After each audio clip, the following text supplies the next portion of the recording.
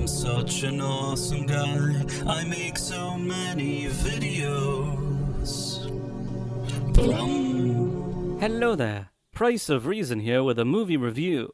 To date, the live-action Transformers movies have never been particularly good, well-written, or well-directed. Even so, I've actually seen every single installment in the franchise. Call me sentimental, but as a longtime fan of the 80s animated series, I just like seeing robots battle each other on screen, and as long as the live-action movies feature original Optimus Prime voice actor Peter Cullen voicing the character, well, I'll be there, no matter what. While I won't say that I absolutely loved the 2018 spin-off Bumblebee, I did find it interesting that they had to take place in the 1980s while also giving the story a more personal touch. So when I heard the Transformers Rise of the Beasts would be taking place in the 90s and act as somewhat of a sequel to the Bumblebee movie, and I guess a prequel to the 2007 movie, I had hoped that perhaps the franchise was heading in an interesting new direction. But in true Hollywood fashion, not only does Rise of the Beast, directed by Steven Spielberg, fail to deliver anything truly fresh,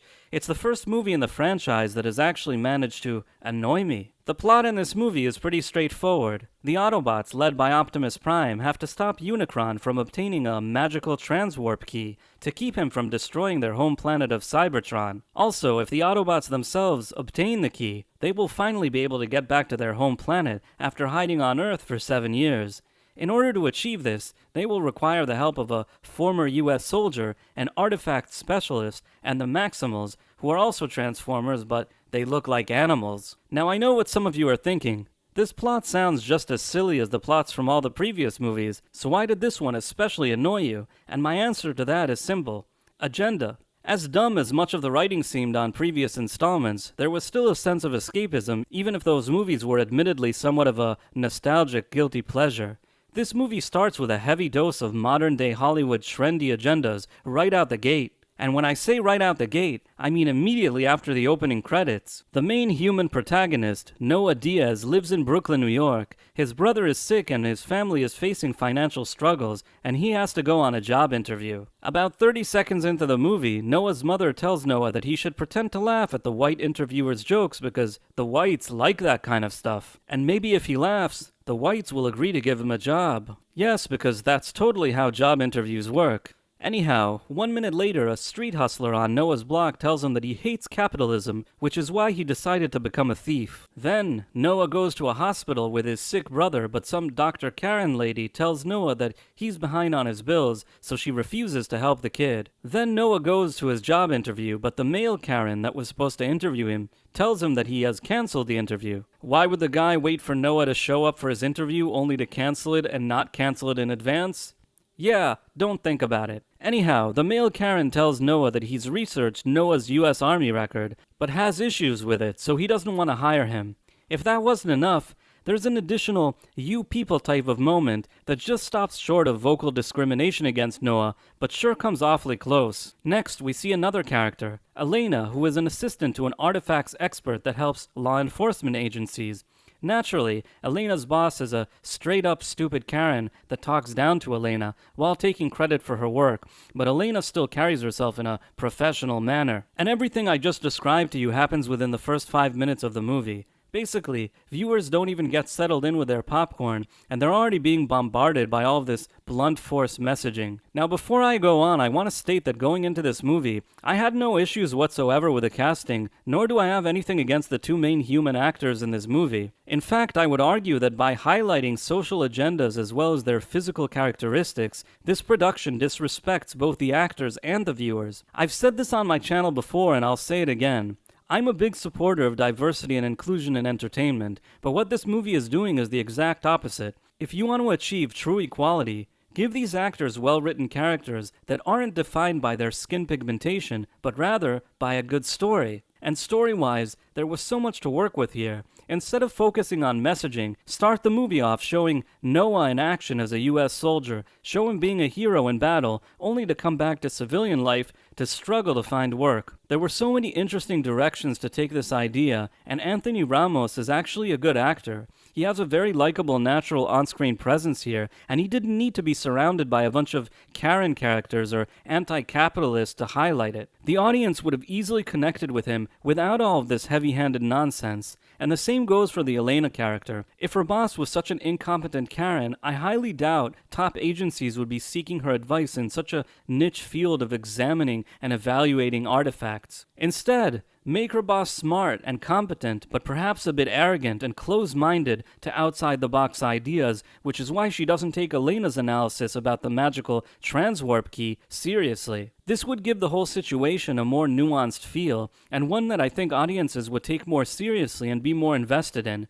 Basically, with both main human characters, the writers of this movie had an easy tap-in right in front of the basket, and instead, they threw the ball out of bounds for no reason whatsoever. And all of this lazy, agenda-based writing annoyed me so much when I was in the theater that I actually pulled out my phone to see who wrote this drivel. And of course, who else could it be than Joby Harold, head writer of Kathleen Kennedy's Obi-Wan Kenobi series. Yeah, talk about failing upwards. Hollywood is the only place where a guy can tank one of the most highly anticipated series of all time, only to then write a screenplay for a $200 million movie. Ironically, unlike Noah's male Karen interviewer, the people that interviewed Joby for this job probably didn't actually research his track record, because I can't imagine why they would ever hire him. But the weird modern-day ideology stuff doesn't end there. In this movie, like most Hollywood movies these days, they don't actually show any type of romance between the two main characters.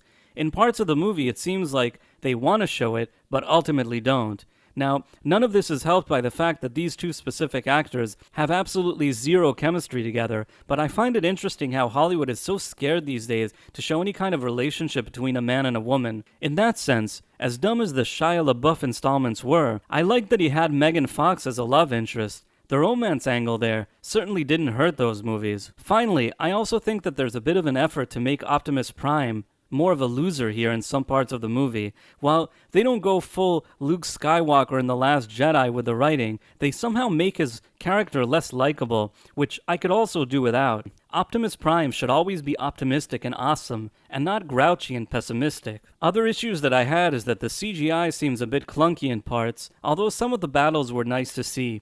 It seems that many VFX companies are really overextending themselves these days, and at least some of the work here seems a little bit rushed. At least to me. If I had to point out some stuff that I did like about the movie, it's that I still enjoy seeing robots battle on screen, and the movie does deliver that, which is okay if you can put aside the annoying propaganda stuff. Also, while I generally don't prefer the acting or humor of Pete Davidson, as the voice of Mirage, I have to say that he actually does a pretty decent job in this movie. While not necessarily spectacular or anything, and a bit too dude bro at times, Davidson does provide a bit of comic relief in the movie, and his voice performance is serviceable enough. Aside from that, this movie pretty much looks and feels like the previous Transformers movies, for good and for bad. Action-wise, whatever you imagine you will see in this movie will pretty much play out as you imagine it, and that's fine. It was nice to see live-action Unicron, and the Maximals were decent enough. As I said, as a longtime fan of the Transformers, there was still enough for me to enjoy here in the movie, but I probably won't rewatch it a million times either. I suppose this movie should probably perform okay at the box office, especially internationally, but I honestly see this movie as a huge missed opportunity, especially from a storytelling perspective. If they would have put aside all that agenda stuff and really focused on telling a good story, somewhere in this movie, there were the right ingredients to make a very good Transformers movie, but instead, we got just a rather average and mediocre one.